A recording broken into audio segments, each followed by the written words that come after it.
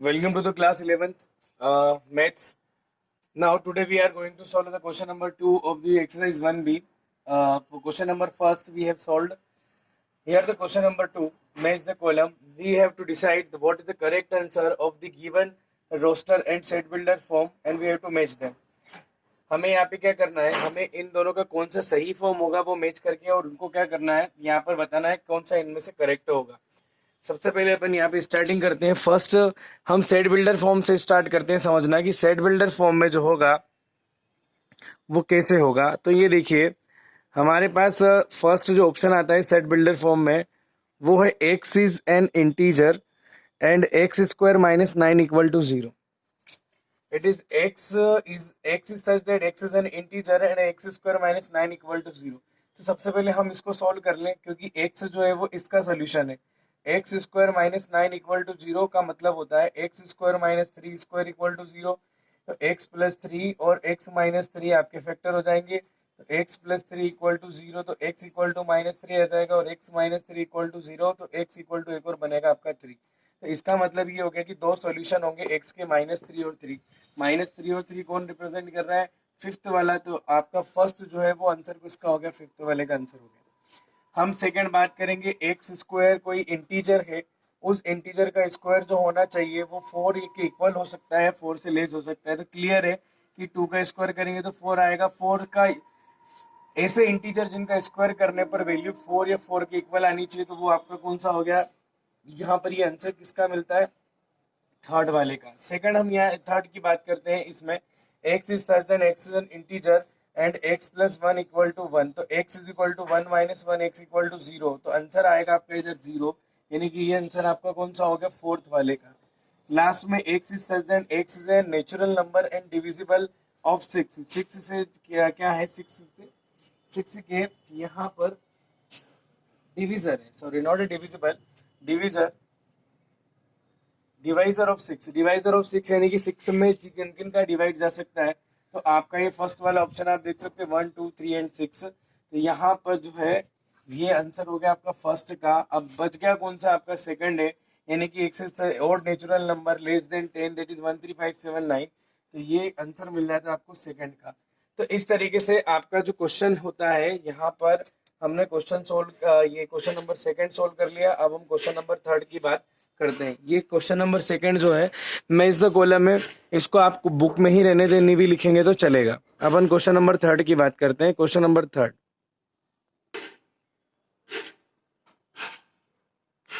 अभी देखते हैं अपन क्वेश्चन नंबर, नेक्स्ट क्वेश्चन हमारा है क्वेश्चन नंबर थर्ड, जिसकी हम बात करें. Right the following set in the set builder form. हमें इन सबको क्या करना है, सेट बिल्डर फॉर्म में लिखना है. आपको मालूम है सेट बिल्डर फॉर्म में क्या होता है, कॉमन प्रॉपर्टी इन सबकी आती है. तो हम सबसे पहले बात कर रहे हैं 3 6 9 और 12. इसको कैसे लिखेंगे, तो आप ध्यान दीजिए. ये सारे एक तो आपको क्या दिखाई दे रहे हैं कि सारे जो है वो नेचुरल नंबर्स है, और फिर दूसरा है कि 3 के मल्टीपल्स हैं. तो मैं इसको ऐसे लिख रहा हूँ, इन सबकी कॉमन प्रॉपर्टी क्या है कि 3 के मल्टीपल है. X is such that x is equal to 3 और multiple of 3 that is 3n. समझ में आ रही बात आपको. ये सारे जो एक्स जो इसके अंदर एलिमेंट है वो 3 के मल्टीपल है, दैट इज 3n के फॉर्म में है. जहां पर n जो है हम यहाँ लिख सकते हैं where n belongs to n, जहां n जो है वो एक नेचुरल नंबर हो गया और n इज इक्वल टू 1 और ग्रेटर देन 1. कितनी टर्म है, 1 2 3 4, यानी 4 टाइम्स तक. तो इज लेस देन और इक्वल टू 4, यानी कि n की वैल्यू जो है अगर 1 से कहाँ तक ली जाए, 4 तक ली जाए, तो हमें क्या मिल जाएंगे, सारे मल्टीपल मिल जाएंगे. ठीक है, बहुत इजी है. ये सब 3 के मल्टीपल है, इसलिए 3n, और 3n की जगह 1 2 3 4. इसको कैसे लिखा है कि n 1 के इक्वल होना चाहिए, 1 से ग्रेटर होना चाहिए, लेकिन 4 से क्या होना चाहिए, लेस, या 4 के क्या होना चाहिए, इक्वल होना चाहिए. अब हम बात करते हैं नेक्स्ट वाले की. तो ये सारे आपको क्या दिख रहे हैं, इंग्लिश अल्फाबेट के vowel. X is such that x is a vowel of English alphabet. ठीक है, ये हो गया. नेक्स्ट वाले में x is such that x equal to. अब आप देखिए इस 1 के अपॉन में 1 लगा सकते हैं. यहाँ 1 ऊपर कांस्टेंट चल रहा है, इट मींस 1. नीचे वाले चेंजेस होते जा रहे हैं कंटिन्यू, दैट मींस n. और we can write here n belongs to n, but there is no limit of terms. यहाँ पर टर्म की कोई लिमिट नहीं है कि कितनी टर्म है. इसलिए हम ये कंडीशन बाउंड नहीं करेंगे। हम इसका जो सेट बिल्डर फॉर्म है ये लिख देंगे x is such that x equal to 1 upon n where n belongs to natural number. Answer इसका हम लिखेंगे x इज सच दैट 1 का स्क्वायर 1, ये आप देख रहे हो नीचे सब स्क्वायर, यहाँ 1 कांस्टेंट चल रहा है तो 1 upon n square where n belongs to n। इसका आंसर 1 2 3 4 5 6 दे रखा है। यहाँ लिखेंगे x इज सच दैट ये 1 2 3 4 5 6 क्या है, तो हम देख रहे हैं नेचुरल नंबर सारे। x is such that x is a natural number and x जो है यहाँ पर क्या आ जाएगा आपका, x एक नेचुरल नंबर है जो कि 1 के इक्वल है और लेस देन, किससे लेस देन है, 6 से। ये 6 के इक्वल है, 6 से लेस देन है। ठीक है, समझ में आ रही बात। अब आगे अपन चलेंगे, 1 से स्टार्ट हो रहा है तो 1 के इक्वल हो गया, 6 से कम है। अब आगे चलते हैं, ये सारे क्या हो गए, इवन इंटीजर्स आपको दिखाई दे रहे हैं। यहाँ अपन बात करेंगे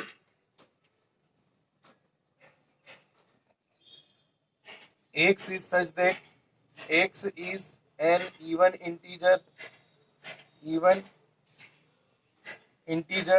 and x lies -6 to 6, यानी कि x जो है वो -6 से कहाँ तक है, 6 एक और एक क्या है, इवन इंटीजर है, उसके बीच में आने वाली सारी टर्म जो है ये क्या हो जाएगी, हमारे इवन इंटीजर के फॉर्म में हो जाएगी। ठीक है, क्लियर है।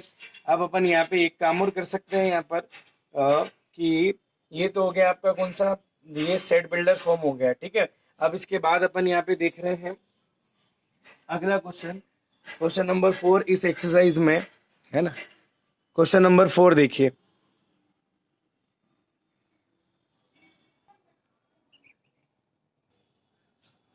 अभी हम देख रहे हैं यहाँ पर कि हमारे पास क्वेश्चन नंबर 4 है, क्वेश्चन नंबर 4 1B में, और ये कह रहा है क्वेश्चन नंबर 4 कि यहाँ पर आपको इन सभी के लिए क्या करना है, इन लिस्ट द एलिमेंट, यानी कि आपको इसके लिए लिस्ट बनानी है एलिमेंट्स की। यानी एक तरीके से कहा जाए तो ये हमारे लिए कौन सा हो गया, रोस्टर फॉर्म ही हुआ है ना। हमको इस सबका सेट बिल्डर फॉर्म का रोस्टर फॉर्म लिखना है। तो सबसे पहले अपन बात करते हैं x is such that x is a prime factor of 220, यानी 220 में कौन कौन से नंबर का डिवाइड जाता है, उन सभी नंबर्स में से आपको क्या करना है, प्राइम नंबर आपको सिलेक्ट करने हैं। तो आप जैसे क्या करेंगे कि आप 220 के लिए अपन देखेंगे नंबर की कौन कौन से नंबर में, तो इंडिविजुअली अपन नंबर चेक करते हैं। तो हमारे पास जो आता है ऐसे प्राइम नंबर आते हैं 2 3 5 और 7, ये ऐसे प्राइम नंबर्स हैं जिनसे क्या होता है 210 में क्या होता है, डिवाइड होता है। इसके अलावा भी नंबर है लेकिन प्राइम नंबर कौन से हो गए हमारे पास, 2 3 5 और 7 हो गया। सी दूसरा वाला हम देखते हैं, x is such that x is a positive integer and divisor of 18, यानी 18 को डिवाइड करने वाले कौन कौन से पॉजिटिव इंटीजर हैं। तो सबसे पहले अपन स्टार्ट करते हैं 1 2 फिर 3, क्योंकि 1 से 18 डिवाइड होता है, 2 3 4 की टेबल में 18 नहीं आ रहा है, 5 6 की टेबल में आएगा, 7 7 की टेबल में, 8 की टेबल में नहीं आता, 9 10 की टेबल में नहीं आता, 11 12 और 13 14 15 16 17 और डायरेक्ट हम जाते हैं तो कहाँ मिलेगा हमको, 18 मिलेगा। इसके पहले हमारे पास ये सारे जो आपको नंबर दिखाई दे रहे हैं ये सारे क्या हो गए, ये जो है ये 18 के डिवाइजर है, यानी कि जिसमें इन सबसे 18 में डिवाइड जाता है। अब हम देख रहे हैं थर्ड वाला जो हमारा बी सेट बी में है, statement x is such that x is a odd positive integer, integer तो है लेकिन ऑड नंबर है और पॉजिटिव है।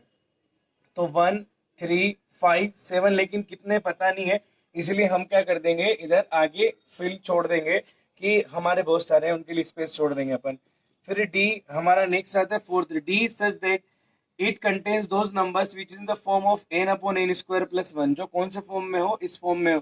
n नेचुरल नंबर है लेकिन n की वैल्यू को कहाँ से आपको लेना है, n इज लेस देन और इक्वल टू 7। इसका मतलब ये हो गया कि n अगर नेचुरल नंबर है तो स्टार्ट कहाँ से होगा, 1 से होगा और कहाँ तक जाएगा, 7 तक जाएगा। तो आपको 1 से स्टार्ट करना है। तो 1 अपॉन 1 स्क्वायर प्लस 1, तो आप जानते हैं 1 अपॉन कितना हो जाएगा आपका, टोटल फर्स्ट एलिमेंट आएगा 2, 1 रखेंगे तो 2 आएगा। फिर अगर अपन 2 रखते हैं तो 2 का स्क्वायर 4 और 1 कितना आ जाएगा, 5।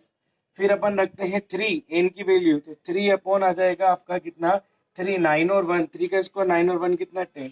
ऐसे आप ऊपर न्यूमरेटर में 3 4 5 6 और क्या बना लीजिए 7 बना लीजिए। अब अपन ये वैल्यू सब यहाँ नीचे रख के देखेंगे। 4 का स्क्वायर 16, 16 और 1 कितना हो जाएगा 17 हो जाएगा। फिर 5 का स्क्वायर 25 और 1 कितना हो जाएगा 26। 6 का स्क्वायर 36 और 1 कितना हो जाएगा 37। 7 का स्क्वायर 49 और 1 कितना हो जाएगा 50। ये सारे एलिमेंट्स किसके आ गए इस फोर्थ सेट के आ गए। ई वाला ई, ठीक है। X is such that x is a month year not having the 31 days. 31 days का वो मंथ नहीं होना चाहिए। तो हम देखते हैं कि एक तो सितंबर जो होता है उसमें 30 डेज नहीं होते हैं।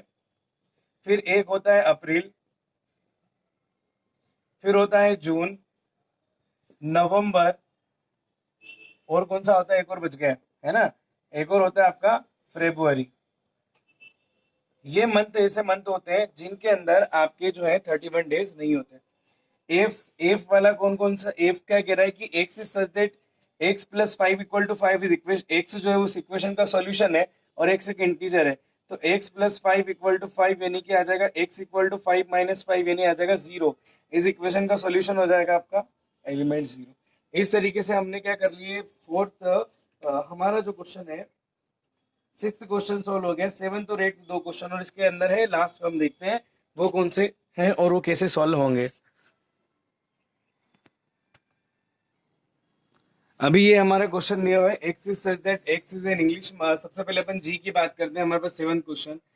X is such that x minus 5, x जो है वो एक सोल्यूशन है आपका एक्स स्क्वायर, यहाँ पर है -5 x plus 6 equal to 0। X इस क्वाड्रेटिक इक्वेशन का सोल्यूशन है। तो हम क्वाड्रेटिक इक्वेशन का सोल्यूशन अच्छी तरीके से जानते हैं।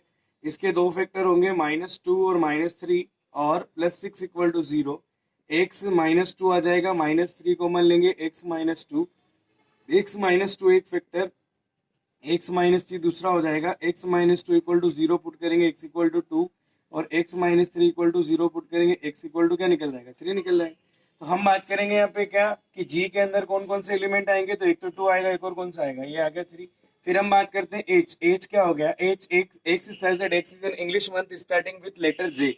जे से स्टार्ट होने वाले जो है आपको क्या लिखना है मंथ लिखना है। सबसे पहले आपके सामने कौन आता है जनवरी, फिर आता है जनवरी, फरवरी, मार्च, अप्रैल और मई और जून, फिर आता है आपको जुलाई, है ना, अगस्त, सितंबर, अक्टूबर, नवंबर, दिसंबर। तो 3 एलिमेंट इसके अंदर हो जाएंगे जनवरी, जून और जुलाई।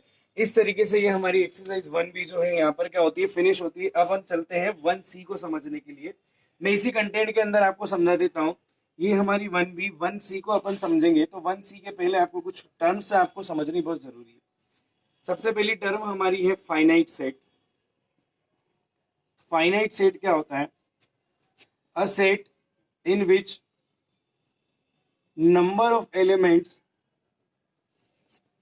of elements are fixed, that is called finite set। उसको हम बोलेंगे finite set। फॉर एग्जाम्पल एक सेट ए है जिसके अंदर एलिमेंट 1 2 3 और 4 है। इसके आगे कुछ भी एलिमेंट या कोई साइन सिंबल नहीं दिया है, इसलिए टोटल एलिमेंट ए ने कितने हो गए आपके पास 4 and A is called the finite set. A क्या कहलाएगा आपका फाइनाइट सेट होगा, ठीक है। दूसरा हम बात करते हैं इनफाइनाइट सेट।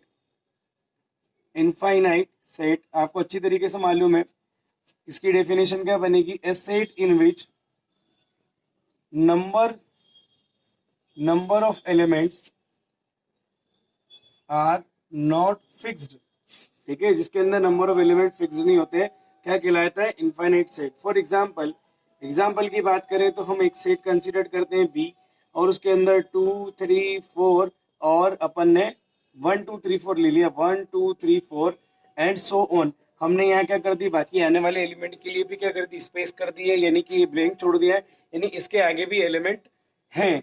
तो इसका मतलब ये हो गया कि ये कौन सा सेट होगा आपका इनफाइनाइट सेट होगा। इसके अंदर नंबर ऑफ एलिमेंट फिक्स नहीं है, कितने भी हो सकते हैं। तो हम यहाँ इसको क्या कर रहे हैं, इसके लिए नंबर ऑफ एलिमेंट नहीं लिखे जा सकते हैं, ठीक है, यानी कि कितने श्योर होंगे ऐसा कोई फिक्सर नहीं होता। तो दो आपको समझ में आना चाहिए, एक तो हो गया आपका फाइनाइट सेट और एक और कौन सा आ गया आपका इनफाइनाइट सेट।